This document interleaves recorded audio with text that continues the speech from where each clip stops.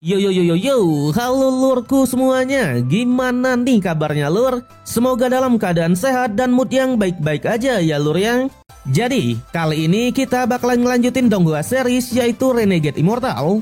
Dan buat teman-teman yang mungkin baru gabung, Mimin saranin untuk nonton bagian sebelumnya dulu, linknya ada di deskripsi. So, sebelum kita lanjut, bolehlah ya untuk di-subscribe tipis-tipis agar kalian tidak ketinggalan video-video berikutnya. Oke, nggak usah berlama-lama lagi, siapkan kopi, luruskan kaki. Hormati gurumu, sayangi temanmu, cintai pacarmu, itulah tandanya kita masuk ke intro. Let's go!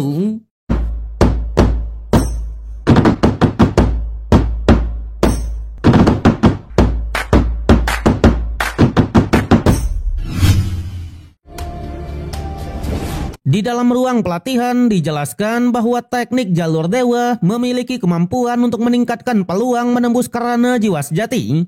Namun teknik ini sangatlah misterius dan amat sulit untuk dihafal, apalagi sampai dicetak dalam bentuk tulisan. Dulu pendiri sekte leluhur Chencong memaksa dirinya untuk mengingat dan mengukir ulang teknik jalur dewa. Meski harus mengorbankan nyawanya, setidaknya warisan itu kini dapat diteruskan kepada generasi penerus. Di sana pada papan giok peninggalannya tertera sebuah pesan penting dari leluhur Chencong agar berhati-hati dalam melatihnya. Karena penasaran, Wang Lin pun memutuskan untuk mencoba melatih teknik tersebut. Namun begitu ia mulai berlatih, Wang Lin dikejutkan oleh kekuatan misterius dari dalam teknik itu. Ternyata di dalam teknik jalur dewa terdapat kekuatan hukum yang mampu menghapus ingatan seseorang ya lur ya. Saat itulah Wang Lin pun semakin mengagumi tekad dari leluhur Chencong, di mana ia memaksakan diri untuk mengingat dan mencetak teknik ini hingga titik darah penghabisan. Sementara itu, Xinglo yang menyadari bahwa Wang Lin sedang sibuk dan tak akan bisa mengawasinya, segera bertindak licik. Ia menggunakan teknik rahasia untuk mengirim pesan ke sekte Xiyin meminta bala bantuan. Pesan itu diterima langsung oleh Zhao Chuanliang, ketua sekte Xiyin, yang langsung melapor kepada ketua utama sekte Xiyin yang bernama Chen Bai. Chen Bai sendiri adalah ketua sekte besar yang berafiliasi langsung dengan sekte Tiangang, salah satu kekuatan terbesar di negara Tiangang. Nah, mengingat Xinglo pernah menjadi murid mereka dan karena mereka mengetahui siapa yang sudah menangkapnya, ketua Chen Bai hanya memberi waktu 10 hari untuk menyelamatkannya. Tanpa membuang waktu, ketua Zhao pun langsung memimpin seluruh jajaran tetua dan murid dari sekte Xiyin untuk mengejar Wang Lin. Kembali kepada Wang Lin, di alam bawah sadarnya, ia menyaksikan sosok dari leluhur Chencong yang tengah mempraktekkan teknik jalur dewa. Ternyata inti dari teknik ini adalah menciptakan kloningan tubuh untuk berlatih secara bersamaan dengan tubuh asli. Setelah itu, klon dan tubuh asli akan nyatu kembali sehingga kultivator bisa menembus kerana jiwa sejati. Namun karena Wang Lin bahkan belum bisa membentuk klon, ia pun belum terlalu berharap kepada teknik ini. Tapi tetap saja ia berterima kasih atas kesempatan itu. Lalu ia pun keluar dari ruang latihan. Melihat Wang Lin yang sudah selesai, Pak Tua Duan segera mengajaknya menuju ke lokasi utama. Sementara itu di sisi lain, Xinglo masih sangat berharap bisa diselamatkan. Tanpa diduga, pasukan dari sekte Xiyin benar-benar datang mencarinya. Dalam sekejap, Wang Lin dan Pak Tua Duan langsung dihadang oleh ketua Zhao dan seluruh pasukannya. Tanpa banyak basa-basi lagi, mereka bahkan langsung melancarkan serangannya. Namun jelas, Pak Tua Duan juga tak tinggal diam. Meskipun ketua Zhao sudah menjelaskan bahwa Wang Lin telah mencuri jiwa sejati milik Xinglo, Wang Lin pun langsung membantah tuduhan itu, membuat Pak Tua Duan langsung membelanya habis-habisan. Pada akhirnya, karena tak mencapai kesepakatan, pihak sekte Xiyin membentuk formasi es ekstrim untuk melawan Pak Tua Duan. Sayangnya, formasi itu tak ada artinya di hadapan eksistensis tingkat transformasi jiwa. Hanya dengan satu sentuhan saja, formasi tersebut langsung hancur total. Sontak menyadari bahwa musuh sudah berada di ranah transformasi jiwa, seluruh pasukan sekte Xiyin pun panik dan mencoba melarikan diri. Namun Pak Tua Duan tak membiarkan mereka kabur begitu saja. Ia langsung mengeksekusi semua pasukan musuh di tempat itu. Meski demikian, beberapa kultivator yang telah mencapai ranah jiwa sejati masih diampuni oleh Pak Tua Duan. Melihat semua ini, Xing Lu pun hanya bisa kecewa dan langsung terdiam. Sementara itu, Wang Lin ternyata telah merancang semua ini dari awal. Dia sudah sengaja membiarkan Xing Lu menghubungi sekte Xiyin karena tahu bahwa dirinya sedang bersama dengan Pak Tua Duan. Jadi Wang Lin ingin memanfaatkan situasi untuk mengurangi jumlah musuhnya sekaligus mengalihkan perhatian. Pak Tua Duan yang melihatnya juga cukuplah kaget dan mulai menyadari bahwa Wang Lin adalah pria yang sangat licik. Singkat cerita, mereka pun akhirnya tiba di tempat tujuan, sebuah lokasi misterius bernama Alam Pecahan Bintang yang tersembunyi di pedalaman Laut Iblis. Untuk masuk ke sana, mereka membutuhkan formasi teleportasi kuno. Di sana, kita diperkenalkan dengan 3 rekan dari Pak Tua Duan. Yang pertama adalah Kaisar Kuno, penguasa Gua Iblis Langit, seorang iblis sejati yang telah mencapai transformasi jiwa tahap awal. Kemudian ada Iblis 6 Nafsu, ketua sekte Suantian. Ia sudah mencapai transformasi jiwa tahap menengah dan dikenal dapat mengendalikan pikiran seseorang melalui nafsu dan keinginan. Selain itu, ia juga sangatlah ahli dalam membuat boneka mayat. Dan terakhir ada si Bungkuk Meng yang selalu ditemani oleh katak besar Gama Buntanya. Ia juga sudah mencapai transformasi jiwa tahap menengah. Jadi Pak Tua Duan dan teman-temannya telah menemukan tempat ini sejak ribuan tahun yang lalu karena diyakini bahwa di dalamnya terdapat jalur yang terhubung langsung dengan tubuh dari dewa tinggi di zaman kuno. Maka dari itu tujuan mereka ke sini adalah mencari harta-harta legendaris dari zaman tersebut. Melihat bahwa Wang Lin menguasai mantra kematian, mereka pun tak lagi mempermasalahkan soal rananya dan sepakat untuk membawa Wang Lin ke dalam pecahan bintang. Dalam sekejap, formasi teleportasi kuno pun diaktifkan menggunakan batu spiritual kelas top. Sebagai catatan, batu spiritual kelas top adalah benda yang sangat langka dan berharga di seluruh negara Zhou ya lur ya. Singkat cerita, setibanya di alam pecahan bintang, Pak Tua Duan hanya berpesan, selama mereka mengikuti jalan yang sudah ditentukan, mereka pasti akan sampai pada gerbang rintangan pertama. Sepanjang perjalanan mereka berlima terus membahas soal harta karun. Karena memang selain tujuan utama mereka yaitu pil transformasi tubuh, Pak Tua Duan rupanya sudah memiliki pemikiran sendiri. Ia menduga kalau di dalam tempat ini tersembunyi kesadaran dari sang dewa kuno. Jadi jika benar bisa mewarisi seluruh ingatannya, bukan cuma harta yang bisa didapat, melainkan teknik-teknik kuno pun bisa mereka pelajari. Namun saat mereka masih mendiskusikan akan hal itu, tiba-tiba seekor monster naga ular raksasa muncul dan menyerang mereka secara brutal. Kaisar kuno yang tertinggal di belakang hampir menjadi korban. Awalnya ia hendak mengorbankan Wang Lin agar bisa selamat. Namun untungnya Pak Tua Duan segera menyelamatkan Wang Lin.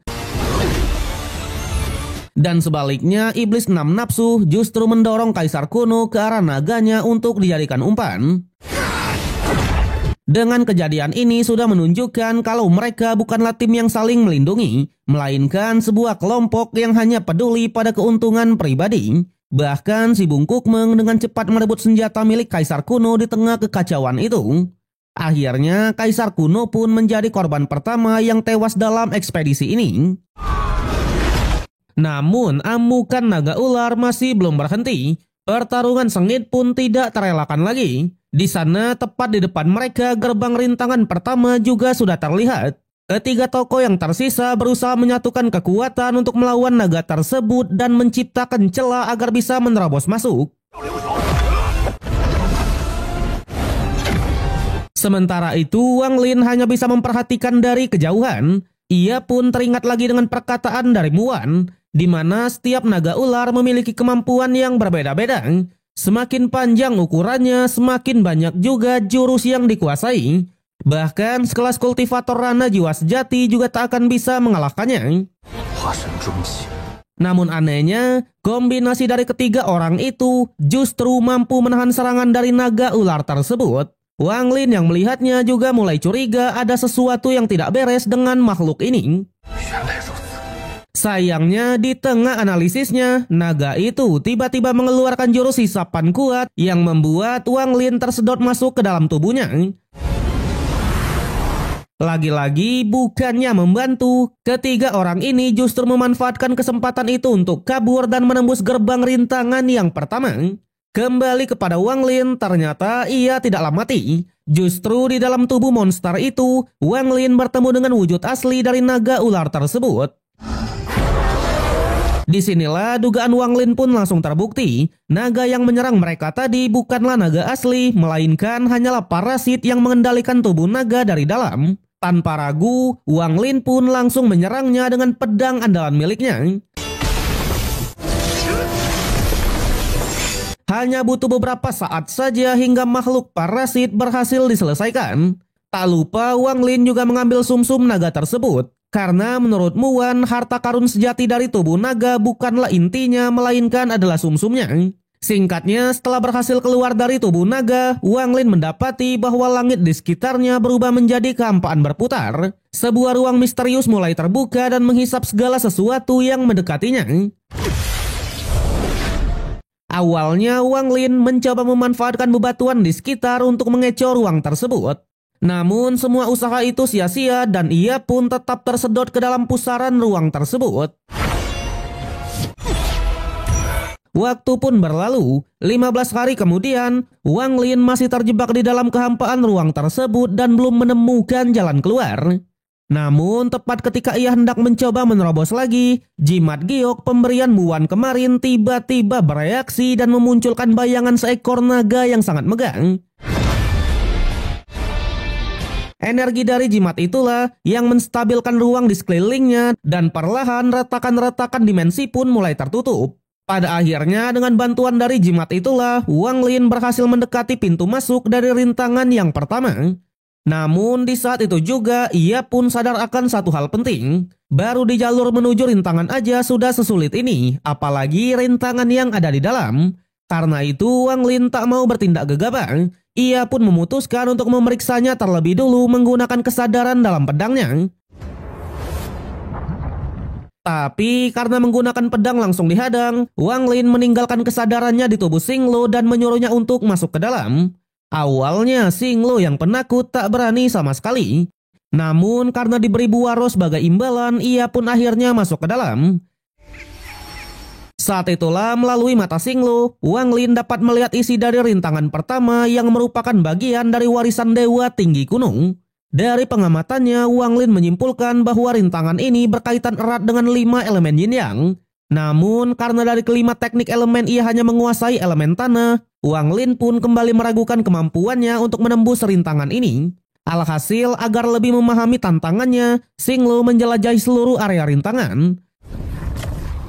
Dan benar saja, di sana terdapat 5 jalur berbeda yang masing-masing mewakili satu elemen yin yang. Dari elemen api, es, logam, tumbuhan, dan tanah. Karena hanya tanah yang sesuai dengan elemen Wang Lin, ia pun memutuskan untuk memasuki jalur elemen tanah. Namun baru beberapa langkah memasuki jalur tersebut, mereka pun langsung disambut oleh angin topan yang ganas. Untungnya dengan teknik pelarian tanah, Wang Lin masih bisa menyelamatkan diri. Sayangnya rintangan ini tidaklah sesederhana itu ya lur ya. Seketika tekniknya pun langsung terbaca dan Wang Lin dipaksa untuk keluar. Di luar tanpa disangka telah menunggu segerombolan monster terbang yang langsung menyerang mereka secara brutal. Dari situ diketahui bahwa monster-monster inilah yang mengendalikan angin topan di sekitar area tersebut. Dalam situasi yang semakin terdesak, Wang Lin mencoba untuk melawan. Namun monster terus berdatangan terus-menerus. Saat itulah Wang Lin melihat sebuah menara hitam dari kejauhan. Ia pun memutuskan untuk bertaruh dan memasuki menara tersebut. Dan benar saja, menara itu memiliki sebuah penghalang khusus yang mampu melindungi mereka dari serangan para monster topan. Namun karena situasinya belum sepenuhnya aman, Wang Lin kembali menyuruh Xinglo untuk melakukan eksperimen. Kali ini ia diminta untuk terbang ke atas dan memeriksa kondisi di atas angin topan.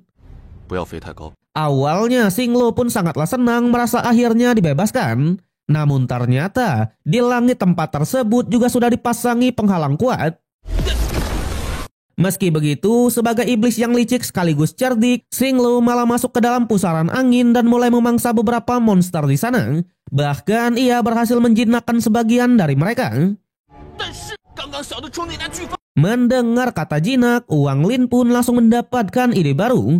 Ia sadar bahwa roh dari monster terbang ini sangat cocok untuk disatukan. Alhasil menggunakan kesadarannya sebagai roh pelahap, Wang Lin berencana menciptakan iblis baru yang menyerupai monster terbang. Ia pun langsung memerintahkan Xinglu untuk menyerap 300 monster roh terbang sekaligus demi melancarkan rencananya. Dan benar saja, karena rencana ini sangat berjalan lancar, Wang Lin berhasil menciptakan iblis barunya, yaitu monster terbang. Karena kekuatannya jauh di atas monster biasa, seluruh monster di area itu pun langsung tunduk padanya. Namun tepat ketika mereka sedang menikmati keberhasilan itu, tiba-tiba muncullah seseorang yang berhasil menyapu bersih kelompok monster lainnya dengan sangatlah mudah.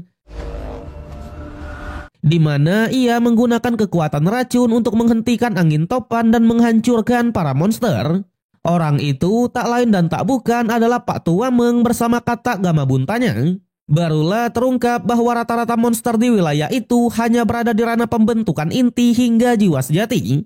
Dan oleh karena itulah di hadapan Pak Tua Meng yang sudah berada di ranah transformasi jiwa, semua monster itu tak ada artinya sama sekali. Mereka pun bisa dimusnahkan hanya dengan satu serangan racun. Namun alih-alih gentar, Wang Lin justru memerintahkan Xinglu untuk mencari keberadaan dari Pak Tua Meng. Seperti biasa, Xinglu pun langsung mengeluh, ya kan? Nyatanya tugas-tugas berat selalu diberikan kepadanya, ya lur ya. Waduh. Namun karena tak ada pilihan lain, ia tetap menjalankan perintah itu. Sementara Wang Lin, ia bersembunyi di dalam pusaran angin topan. Tapi tanpa diduga, di angin topan yang lain, seekor monster terbang tingkat tinggi ternyata sedang memata-matai Wang Lin. Sadar akan bahaya, Wang Lin pun langsung memerintahkan monster ciptaannya untuk menghadapi makhluk tersebut. Namun ternyata monster ini sudah mencapai ranah jiwa ilusi dan hanya tinggal selangkah lagi menuju ke ranah jiwa sejati. Karena itulah Wang Lin dan monster ciptaannya harus bekerja sama untuk menghadapinya. Alhasil berkat kerjasama yang solid dan strategi yang sangat tepat, mereka berdua pun berhasil mengalahkan monster itu.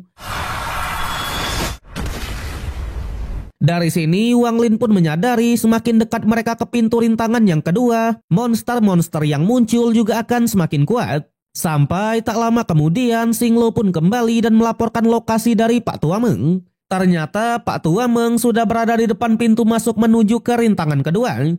Dan saat ini dia sedang berhadapan dengan Raja Monster Topan. Berbeda dengan para bawahannya, Raja Monster ini memiliki postur raksasa dan sudah berada di ranah transformasi jiwa tahap akhir. Pak Tua Meng yang sebelumnya arogan dan meremehkan semua lawannya langsung memasang formasi pertahanan. Ternyata selama di perjalanan, Pak Tua Meng selalu membantai monster-monster terbang, sehingga raja mereka pun menjadi murka dan menyerangnya dengan brutal. Terlihat Pak Tua Meng dan kata Gama Buntanya diserbu dari berbagai arah oleh pasukan monster. Meskipun sudah menggunakan formasi pertahanan terbaik, sayangnya perlindungan itu akhirnya jebol juga. Saat itulah tepat dirinya hampir terkena serangan telak. Tanpa diduga, katanya lah yang mengorbankan diri untuk menahan semua serangan itu. Momen itu langsung dimanfaatkan oleh Pak Tua Meng dan bersembunyi di menara hitam. Melihat situasi tersebut, Xinglu pun menyarankan agar Wang Lin memanfaatkan kondisi ini dan menerobos masuk ke rintangan yang kedua. Namun Wang Lin malah menolak, ya lur ya. Ia justru menyuruh Xinglu untuk tetap mendekat karena sudah memiliki rencana lain. Sementara itu, Raja Monster berhasil menghancurkan menara hitam, memaksa Pak Tua Meng keluar dari persembunyian. Di sanalah dalam kondisi yang terdesak dan kata Gama Bunta sudah sekarat, Pak Tuameng mengambil keputusan keji. Ia membunuh kakaknya sendiri, menelan inti jiwanya, dan memaksakan diri untuk bertransformasi menjadi wujud manusia setengah katak. Dalam sekejap, tubuhnya pun berubah drastis, dan ia sudah mencapai kerana transformasi jiwa tahap terakhir. Meski begitu, Pak Tuameng tetap menyalahkan Raja Monster, mengatakan bahwa semua ini terpaksa ia lakukan. Nyatanya, jika tragedi ini tidak terjadi, katak Gamabuntanya pasti sudah meningkat menjadi binatang buas. Raja Monster yang melihatnya benar-benar sangatlah kaget dan sedikit menyayangkan karena katak Gamabunta sudah salah dalam memilih tuan.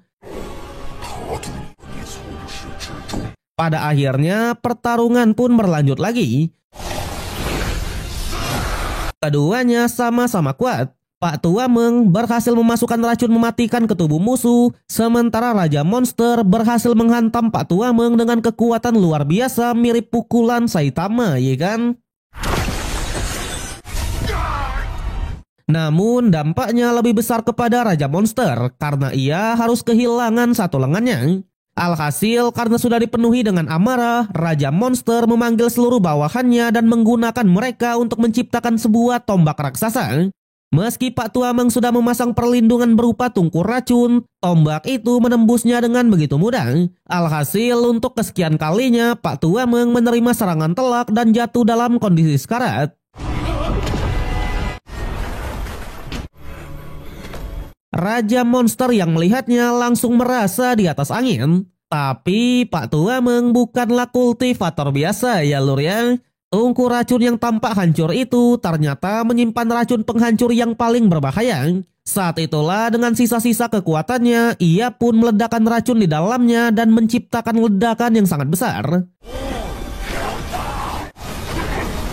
Raja Monster pun langsung lenyap dalam sekejap, diikuti juga oleh beberapa pasukannya. Sementara itu, Wang Lin yang menyaksikan pertarungan hanya bisa tersenyum tipis. Ternyata alasan Wang Lin tak mau buru-buru pergi karena ia ingin mengambil keuntungan dari duel ini. Nyatanya dengan adanya harta karun dari kultivator Rana transformasi jiwa, peluangnya untuk bertahan juga akan semakin besar. Xinglo yang mendengar rencana itu awalnya sempat ragu. Nyatanya meskipun Pak Tuameng sudah terluka, dia tetaplah berada di ranah transformasi jiwa, bukan lawan yang bisa diremehkan. Namun Wang Lin sudah menyiapkan rencana matang. Ketika Pak Tuameng sedang diburu oleh para monster yang lain, Wang Lin langsung menarik kakinya dan membiarkan monster tersebutlah yang menghabisi pria tersebut, ya kan? Pada akhirnya, Pak Tuameng yang memang tak punya kekuatan lagi untuk melawan, langsung meninggoy dengan serbuan monster terbang. Sementara Wang Lin, ia benar-benar untung besar karena berhasil merebut kantong penyimpanannya. Namun, tindakan itu juga membuat mereka menjadi target berikutnya dari para monster. Untungnya, Wang Lin masih memiliki rencana cadangan. Ia pun segera mengaktifkan formasi naga ciptaan dari Muwan kemarin. Formasi ini berhasil menjebak semua monster, memungkinkan Wang Lin untuk melangkah masuk ke dalam sebuah portal demi mencari pintu masuk menuju rintangan kedua. Tak berhenti sampai di situ, karena merasa para monster ini masih bisa dimanfaatkan, Wang Lin memerintahkan monster ciptaannya untuk menakut-nakuti mereka semua. Jelas saja, karena kekuatan monster Wang Lin jauh lebih kuat, para monster lain pun langsung dibuat tunduk. Bahkan saat ada yang mencoba untuk melawan, mereka langsung diberi pelajaran keras sehingga semua monster pun tunduk di bawah kekuasaan Wang Lin. Kini Wang Lin tak hanya ditemani oleh Xinglo, tapi juga didukung oleh monster ciptaannya serta seluruh pasukan monster terbang. Setelah itu, ia pun membuka kantong penyimpanan milik Pak Tuameng. Di luar dugaan, Wang Lin menemukan banyak sekali batu spiritual kelas top. Dan juga melihat tungku racun yang sebelumnya sudah hancur. Ternyata tungku itu dulunya merupakan harta karun dari negara kultivator tingkat 3 yang dikenal sebagai tungku Raja Obat. Namun Pak Tuameng telah membunuh gurunya sendiri demi merebutnya, lalu membakar tungku itu dengan api tubuhnya selama ribuan tahun sehingga berubah menjadi tungku Raja Racun. Semua kabut hijau yang sebelumnya menyelimuti tungku itu ternyata adalah racun mematikan. Namun Wang Lin tidaklah gentar, ia justru memperbaiki tungku tersebut menggunakan tungku kelas 9 miliknya. Tanpa diduga, tanpa disangka, Wang Lin berhasil. Bahkan ia menyatukannya dengan pedang miliknya. Dengan ini, pedangnya mengalami peningkatan luar biasa. Bahkan kultivator di ranah jiwa sejati sekalipun pasti akan meninggoy jika terkena serangan telak dari pedang tersebut. Barulah setelah semua persiapan sudah selesai, Wang Lin memerintahkan para pasukannya untuk mencari pintu masuk menuju ke rintangan kedua. Di saat itulah Wang Lin pun sangat terkejut menemukan sebuah batu yang bertuliskan jembatan tidak kembali. Namun alih-alih takut, Wang Lin justru semakin penasaran. Dia menyuruh Xinglu untuk memeriksanya terlebih dulu. Xinglu pun berjalan melewati seperempat jembatan dan kembali tanpa masalah. Tetapi ketika Wang Lin memerintahkan monster untuk melanjutkan perjalanannya, monster tersebut langsung diserap oleh portal yang tidak dikenal. Ternyata karena Xinglu bukanlah makhluk hidup melainkan adalah iblis, ia tak akan terpengaruh oleh efek dari jembatan itu. Sedangkan monster dan manusia seperti namanya jika menyeberang kemungkinan besar tak akan bisa kembali. Dan benar saja saat Wang Lin menginjakkan kaki di jembatan itu, ia pun langsung masuk ke dalam ilusi nyata. Xinglu dan semua monster tiba-tiba langsung menghilang dan Wang Lin mendapati dirinya berhadapan dengan naga ular yang pernah ia bunuh kemarin. Tak hanya itu, ilusinya juga menunjukkan sosok ayah dan ibunya yang memintanya untuk kembali. Wang Lin yang mendengarnya tentu saja sempat goyang. Terlebih lagi di dalam ilusi tersebut, kedua orang tuanya tetap diserang oleh Teng Huayuan. Sontak air mata pun tidak terbendung, ilusi itu benar-benar terlihat nyata. Namun dengan tekad kuat, Wang Lin berhasil menghancurkan ilusi itu. Setelah melewatinya, ia kembali bertemu dengan Xinglu dan para monsternya. Bahkan pintu masuk menuju rintangan kedua kini sudah ada di depan mata. Meski begitu, Wang Lin mengakui kalau jembatan ini benar-benar sangat bahaya. Mereka pun segera memasuki portal tersebut dan dibawa ke sebuah tempat yang bernama Gunung Penghalang. Sesuai dengan namanya, hampir setiap sudut di tempat ini dipenuhi oleh formasi penghalang. Wang Lin yang melihatnya mencoba memerintahkan para monsternya untuk menerobosnya. Tapi hasilnya nihil, semua monster langsung mati dalam sekejap. Akhirnya Wang Lin pun menyimpulkan kalau rintangan kedua ini harus dilewati dengan menaklukkan semua penghalang sampai ke puncak dari gunungnya. Tapi ketika Xinglu memeriksanya lebih detail, mereka pun menemukan fakta yang mengejutkan. Sudah ada seseorang yang lebih dulu masuk ke tempat ini.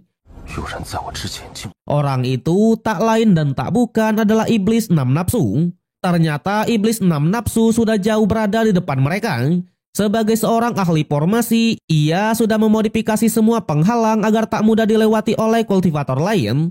Iblis itu bahkan mengatakan bahwa ia tak akan mengecewakan guru tercinta.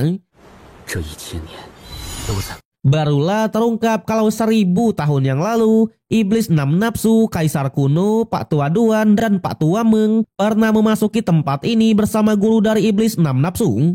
Saat itulah gurunya mengajarinya cara membentuk sebuah penghalang.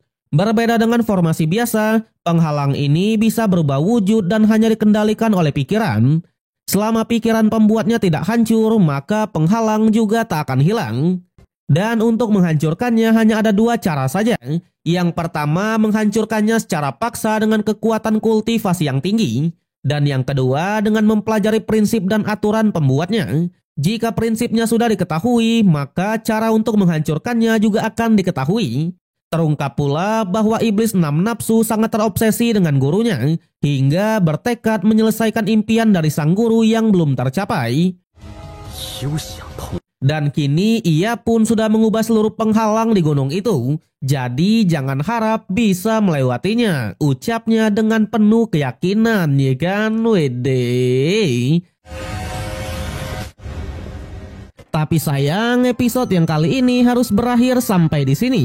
Lalu, bagaimanakah kelanjutan dari kisah Wang Lin ini? Akankah ia berhasil menyelesaikan warisan dari Dewa Tinggi kuno? Kita nantikan aja, ya kan? Kalau kalian suka dengan konten ini, jangan lupa kasih jempolnya, kasih hype-nya, subscribe biar nggak ketinggalan update, dan share ke berbagai platform untuk memajukan channel tercinta ini. Gua Rian pamit undur diri, sampai jumpa di konten berikutnya. Arigatou.